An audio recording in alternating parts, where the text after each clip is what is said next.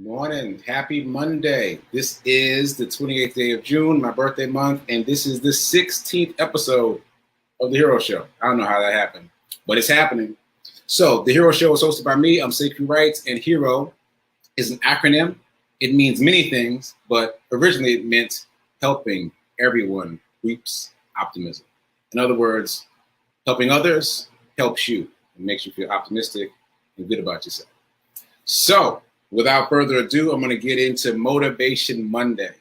So I've got a couple stories that come from this weekend.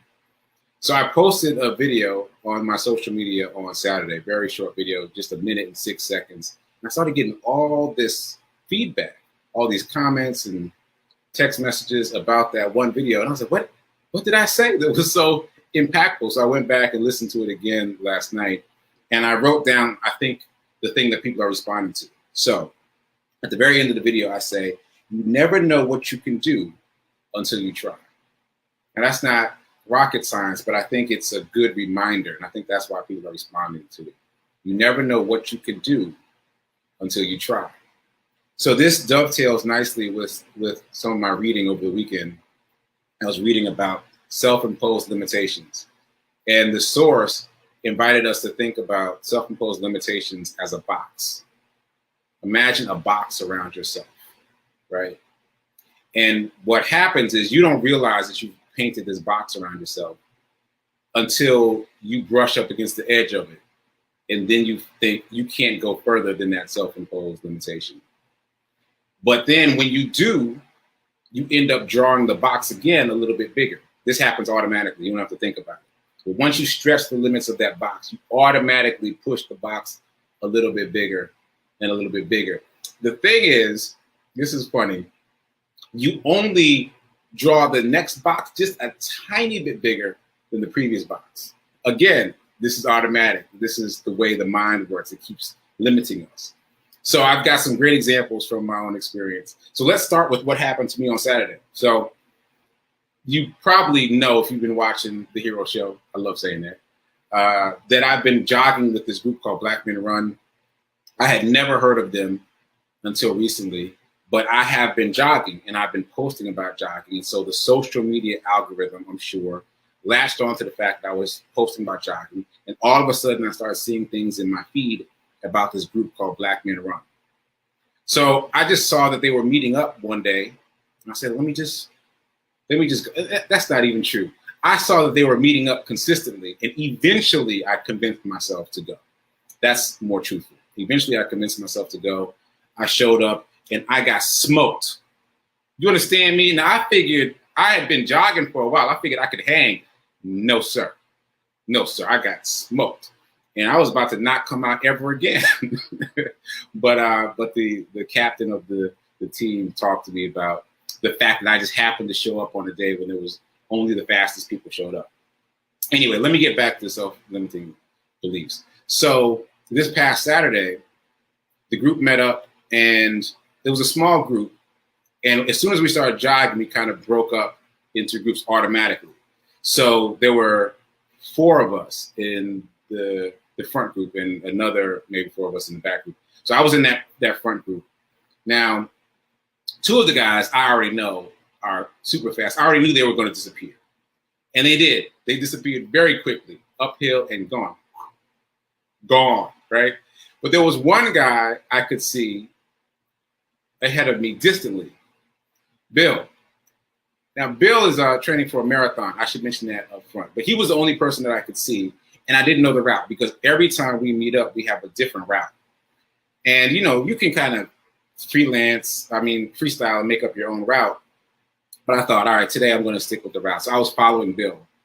And that's all I'm focusing on. I'm just looking at Bill, watching his shirt, just chugging along, running my own race, going slow, but following his shirt. And after a while, I was like, where are we? We're so far away from where we started. And at that point, I thought, well, I can't stop following him now. I'm not going to freestyle because I don't know where I am. Let me keep following him to get back to where we're supposed to be.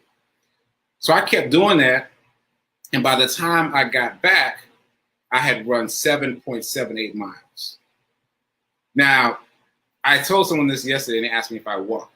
Yeah, I took a walk break somewhere. There was a point at which I couldn't find Bill, and I was like, okay, wait, I don't know where I am.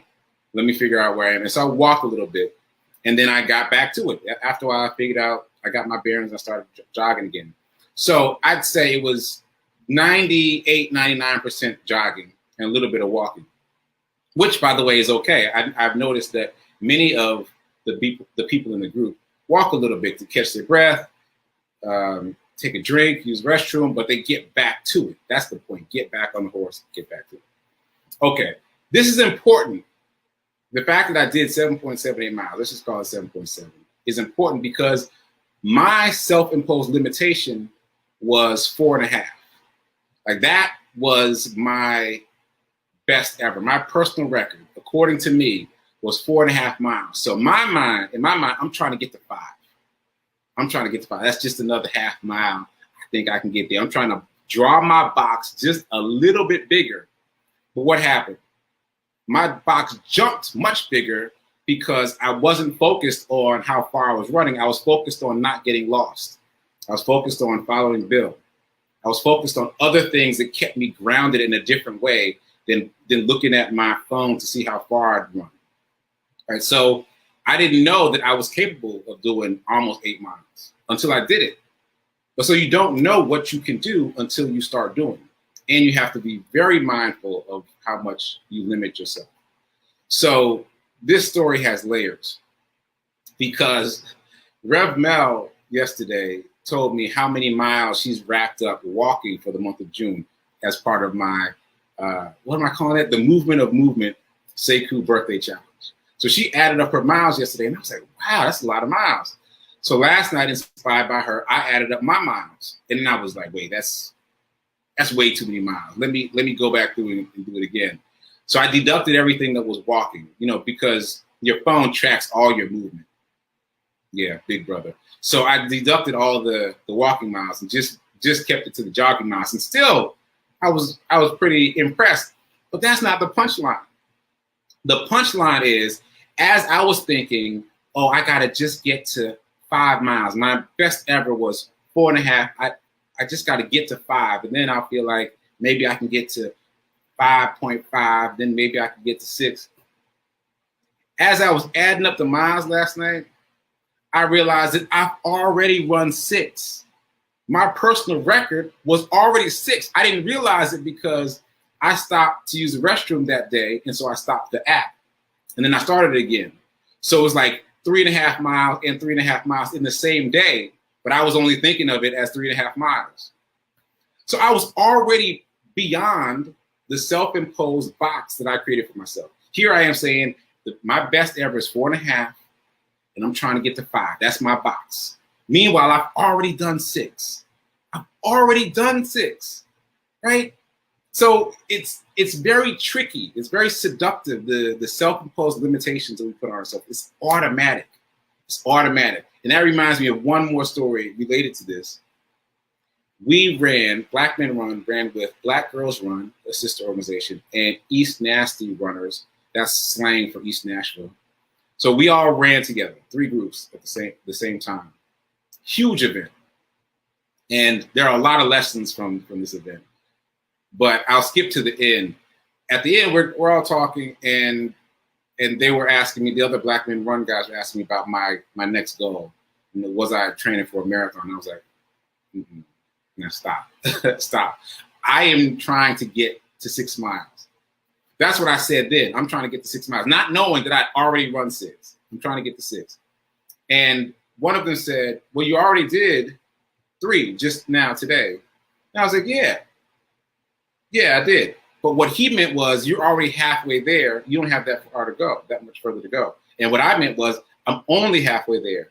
So it's really about perspective. Your perspective shapes your self-imposed limitations. And the hardest thing of all, I think, is to become aware of those self-imposed limitations. Because the second he asked me about training for something longer, half marathon, I was like, no, easy now. I'm just trying to get to 6, not realizing that I'd already gotten to 6 and that I was capable of more. So all that said, you really do not know what you are capable of until you start doing, until you start trying. And then you'll find out what you're capable of. But it's a process. Like, you can't just sit and think about it as I was doing. I was thinking about, all right, here's the 4.5, maybe I can get to 5. You can't do that. You've got to just get out there and try to do more than what you think you can do, because you can always do more than you think you can. Always. Right now, you can do more than you think you can, but you got to believe it. All right. So those are my stories. There's more. There's more, because people think that because I've been in this fitness space for all of the quarantine, that it's gotten easy to me. And I just want to emphasize, it hasn't gotten easy. And I recognize now that it won't get easy. The trick is you get stronger. My mind has gotten stronger. I'm better able to push past the excuses, but the excuses still come. The excuses still come. So anyway, that's my lesson. Be mindful of your self-imposed limitations. First of all, be aware that they already exist. You have already painted a box around yourself and put yourself in that box. I know, because that's what I did. So you have to become aware of your self-imposed limitations and start to stretch past them. So that's your homework. Your homework is to try to become aware of your self-imposed limitations as you move through the day. When someone suggests to you something that you can't do and you start pushing back, become aware of that so you can start drawing a bigger box around yourself. All right, so I'm going to do the hero update in 1 second.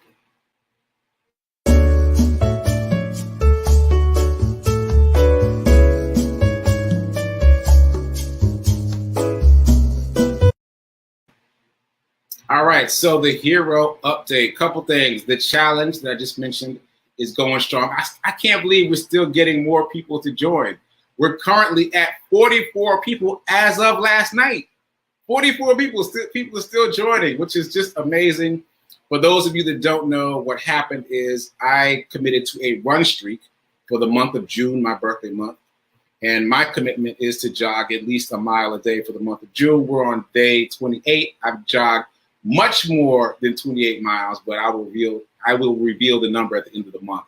We'll see what I can do. And as I announced that, other people started joining in to commit to some form of fitness every day, some form of exercise every day. Oldest person we've got in the group is 81.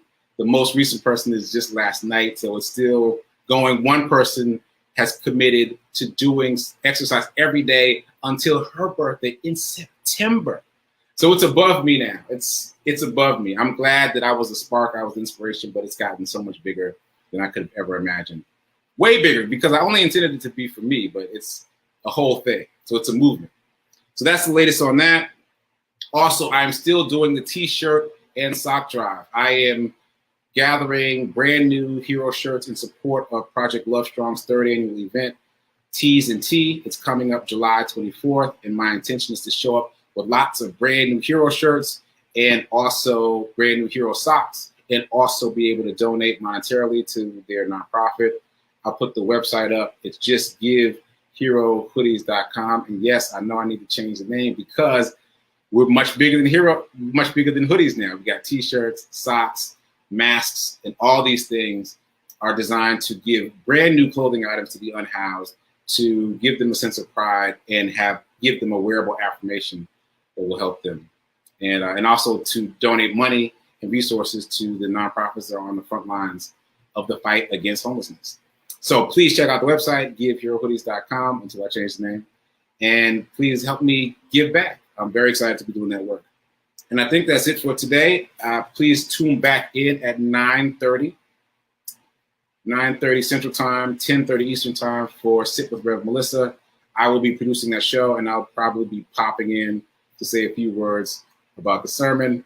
Until then, keep doing, start doing, keep doing, be a hero, be your own hero, and remember that now is better than perfect.